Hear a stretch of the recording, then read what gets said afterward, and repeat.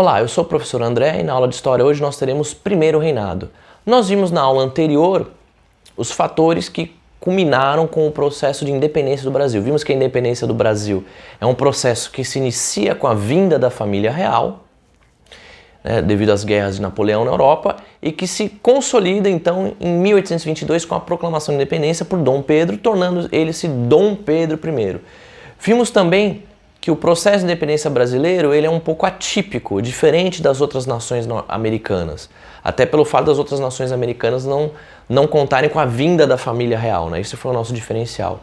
Enquanto as outras nações americanas estão adotando como forma de governo a república, com maior ou menor participação popular, os processos de independência dessas nações tiveram participação popular. No caso do Brasil, nós tivemos alguns conflitos localizados na região nordeste do país, mas não houve uma grande participação popular no processo de independência. Além disso, o nosso processo de independência culminou na escolha da monarquia como forma de governo e com um monarca português. Dom Pedro I era o nosso imperador, ele era português. E além disso, optou-se pela manutenção da escravidão. Então vejam só, às vezes em história a gente diz que as coisas mudam um pouco para não mudar muito. Então, do ponto de vista da estrutura social do Brasil, não houve uma grande mudança da independência, ou seja, no Brasil colonial nós tínhamos uma sociedade escravocrata, no Brasil independente e monárquico nós vamos continuar tendo essa sociedade escravocrata com uma elite de proprietários de terra controlando economicamente e politicamente o país. Mas vamos ver então assim como foi esse governo Dom Pedro I. Já vou adiantar que o primeiro reinado, para os padrões de época, acabou sendo um governo relativamente curto. Foi um governo muito tenso e marcado pela inabilidade política de Dom Pedro I.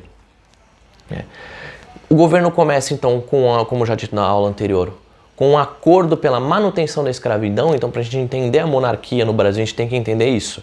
A grande função da monarquia era a manutenção do regime escravocrata de trabalho.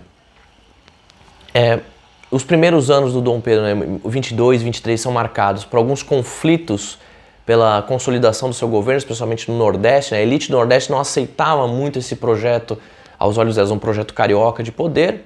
Mas, enfim, a partir de 1823, o poder do Dom Pedro I está consolidado. É feita uma constituinte, para se elaborar uma constituição para o Brasil. Essa primeira constituição, que não é colocada em prática, a Constituição de 1823, ela era uma constituição que transformaria o Brasil numa monarquia constitucional, ou seja, haveria um monarca, o Dom Pedro, o imperador, mas ele teria o poder dele restrito pela Constituição. A Constituição, as leis estariam acima do Dom Pedro. O que mais ou menos era o comum na época, especialmente na Europa, em função das ideias iluministas. Porém, aí que começam os problemas do Dom Pedro I e da elite que vai ficar do lado dele, da elite que se juntou a ele nesse projeto de independência. O Dom Pedro I, ele era um cara educado com a cabeça de um monarca do século XVIII. Na cabeça dele, um monarca teria que ser absolutista, com poderes plenos. Ele teria que estar acima das leis e não o contrário. Então o Dom Pedro I não aceita essa constituinte, ele fecha essa constituinte e no ano seguinte ele vai outorgar, ou seja, impor a nossa primeira Constituição, que é a Constituição de 1824. É uma Constituição que vai estabelecer uma divisão de 3 poderes, inspirado no Iluminismo: legislativo, judiciário e executivo. O legislativo, os deputados, senadores; o judiciário, o conjunto de juízes, e as forças que atuam na questão das leis e das penalizações; e o executivo, que seria o papel do Dom Pedro I. Porém, e a ideia é que esses 3 poderes se equilibrassem, um seria maior que o outro. Porém, essa Constituição de 1824 estabelece um 4º poder, chamado de poder moderador. Esse era um poder que estava acima dos demais e que era de uso exclusivo do imperador, que lhe dava plenos poderes para dissolver um gabinete de ministros, escolher anular um mandato de um senador, escolher um deputado ali mesmo, ou seja, o poder moderador dava plenos poderes para a figura do imperador e o colocava praticamente acima dos demais poderes e praticamente acima da lei. Era na prática quase como se fosse um monarca absolutista, na melhor ideia do século XVIII, antes das ideias iluministas e da Revolução Francesa e das guerras napoleônicas. Então, vejam aí como de certa maneira o Brasil está na contramão da história. Além disso, essa Constituição ela estabelecia o voto censitário, ou seja, a pessoa para votar tinha que ter um mínimo de renda e mulheres não tinham voto. Se a gente parar para pensar que os escravos, que era uma porcentagem importante da população, não tinham renda, não votavam. Uma outra parte, a maior parte da população, eram de pessoas livres, mas pobres, também não votavam. Mulheres não votavam, ou seja, só os homens livres, que não eram escravos, e com um mínimo de renda que podiam votar, ou seja, era uma Constituição que estabelecia o voto, mas isso não tornava essa uma Constituição democrática. Então, obviamente, o Brasil independente e monárquico estava muito longe de ser uma nação democrática.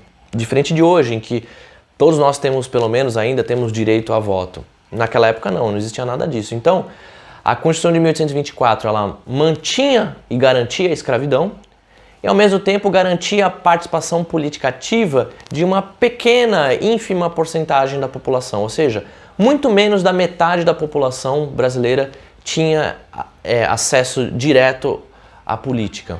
Esses eram considerados os cidadãos ativos que tinham direito a voto. E a maior parte da população, escravos, pessoas livres e pobres e mulheres, eram considerados cidadãos passivos. Eram cidadãos, mas não tinham direito a exercer não tinham direito a exercer o voto, de expor as suas ideias políticas. Essa imposição da Constituição já causa um mal-estar, já vai estabelecer um distanciamento do Dom Pedro das elites, já vai tornar ele uma figura impopular.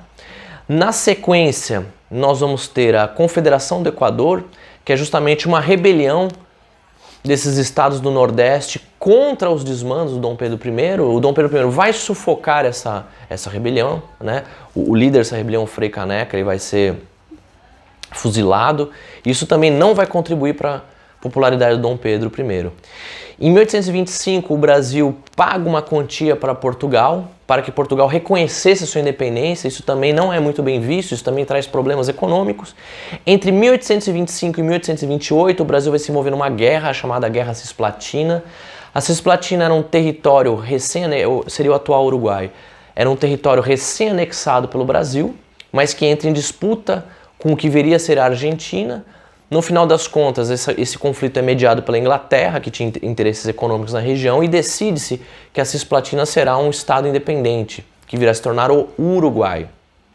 Então, é uma outra guerra que traz prejuízos econômicos, é uma guerra que muitas pessoas não concordavam, então mais um elemento que contribui para a perda de popularidade do Dom Pedro I. E por último, mas não menos importante, começou-se a criar a noção na população brasileira, mas principalmente em setores da elite, de que o Dom Pedro I às vezes se preocupava muito mais com as questões políticas de Portugal, porque ele era também herdeiro do trono português. Então existia um medo de que, além de ele se preocupar mais com Portugal do que com o Brasil, havia um medo de que quando ele assumisse o trono português, ele reunificasse Brasil e Portugal. Então todos esses elementos, a imposição da Constituição de 1824, a Confederação do Equador, a Guerra Cisplatina, a inabilidade política de Dom Pedro I, tudo isso leva então ao isolamento dele. Então em 1831 ele decide abdicar do trono em favor do seu filho, que virá mais para frente se tornar Dom Pedro II, e ruma para Portugal, onde lá ele vai também acabar se tornando o rei português, mas com uma outra nomenclatura. E depois ele vem a falecer em 1834. Pela Constituição, o seu herdeiro direto era o seu filho, Pedro, porém o seu filho era menor de idade. Então a abdicação de Dom Pedro I traz um problema político ao Brasil, porque o herdeiro do trono não tinha maioridade ainda, não tinha idade suficiente para assumir o trono.